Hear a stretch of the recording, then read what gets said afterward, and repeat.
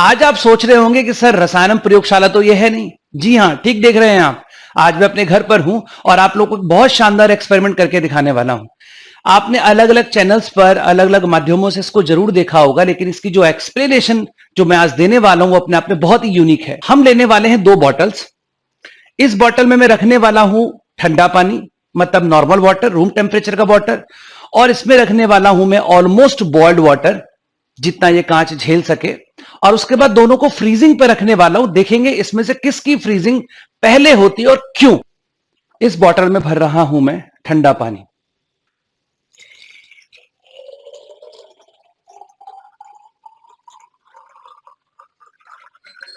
यह है हमारा गर्म पानी। इसमें उससे उठती हुई भाप आप देख सकते हैं। और इसमें भर रहा हूं मैं ऑलमोस्ट बॉइल्ड वाटर। काफी गर्म है दोस्तों।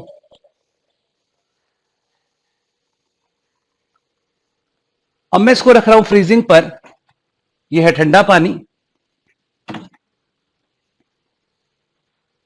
और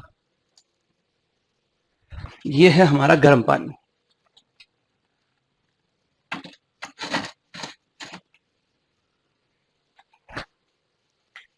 घड़ी में समय देखते हैं कितना हो रहा है।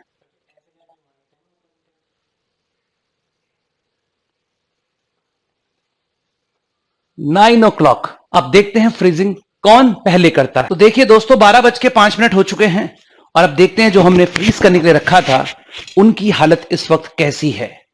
चलते हैं अपने फ्रिज के पास। कहां हैं ये दोनों? ये रहे। पहले हम जरा इसके हाल देखते हैं।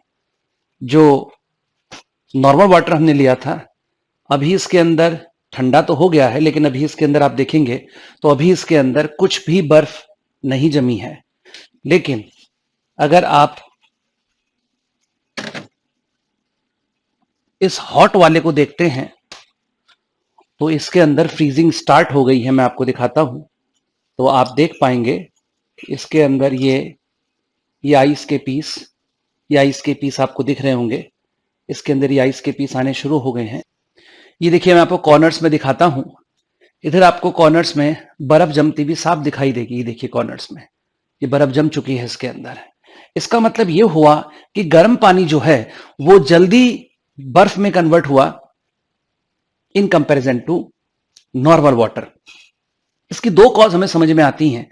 दोनों कॉज डिस्कस करते हैं। उसके लिए चलना पड़ेगा आपको मेरे साथ मेरे इंटरैक्टिव पैनल पर। चलिए देखते हैं। तो बच्चों, अब समय आ गया है ये जानने का कि क्यों बॉइल्ड वाटर की फ्रीजिंग तेजी से हो रही थी और नॉर्मल टेम्परेचर का जो वाटर था, रूम टेम्परेचर का जो वाटर था, वो थोड़ा देर में फ्रीज हो रहा था। आइए जानते हैं। जो रीजन, मुझे 2 रीजन लगते हैं वो मैं आपको बताता हूं। हो क्या रहा है, जो 100 डिग्री सेल्सियस का वाटर था, जब वो आइस तक पहुंचा तो कैसे कैसे पहुंचा। 100 डिग्री सेल्सियस का वाटर पहले 25 डिग्री सेल्सियस के वाटर में पहुंचा, फिर 25 डिग्री सेल्सियस का वाटर 0 डिग्री सेल्सियस के वाटर में पहुंचा, फिर 0 डिग्री सेल्सियस का वाटर आइस में पहुंचा, 0 डिग्री सेल्सियस की आइस में। जबकि जो रूम टेम्परेचर वाला पानी मेरे पास था, माना वो सपोज 25 डिग्री सेल्सियस पर था, तो वो 25 डिग्री सेल्सियस का पानी पहले 0 डिग्री सेल्सियस के पानी में कन्वर्ट हुआ, फिर 0 डिग्री सेल्सियस का पानी 0 डिग्री सेल्सियस की आइस में कन्वर्ट हुआ। इन सभी स्टेजेस में जब कोई गर्म चीज ठंडी होगी तो ऑब्वियस सी बातें अपने अंदर से हीट निकालेगी।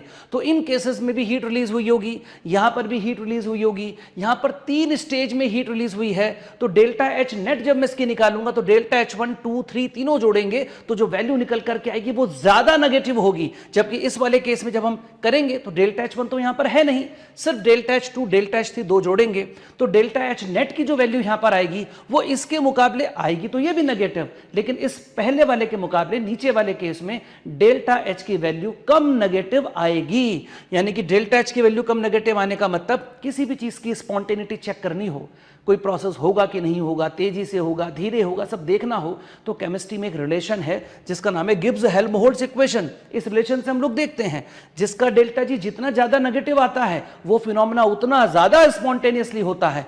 चूंकि इस केस में जब मैं एक्सप्रेशन में वैल्यू रखूंगा तो ये डेल्टा एच नेट की वैल्यू इस जगह पर ज्यादा नेगेटिव है, तो यहां पर ज्यादा नेगेटिव रखने का मतलब पहले वाले केस का जो डेल्टा जी आएगा वो ज्यादा नेगेटिव आएगा, और पहले वाले केस का डेल्टा जी ज्यादा नेगेटिव आने का मतलब कि वो वाला फिनोमेना ज्यादा स्पॉन्टेनियसली होगा।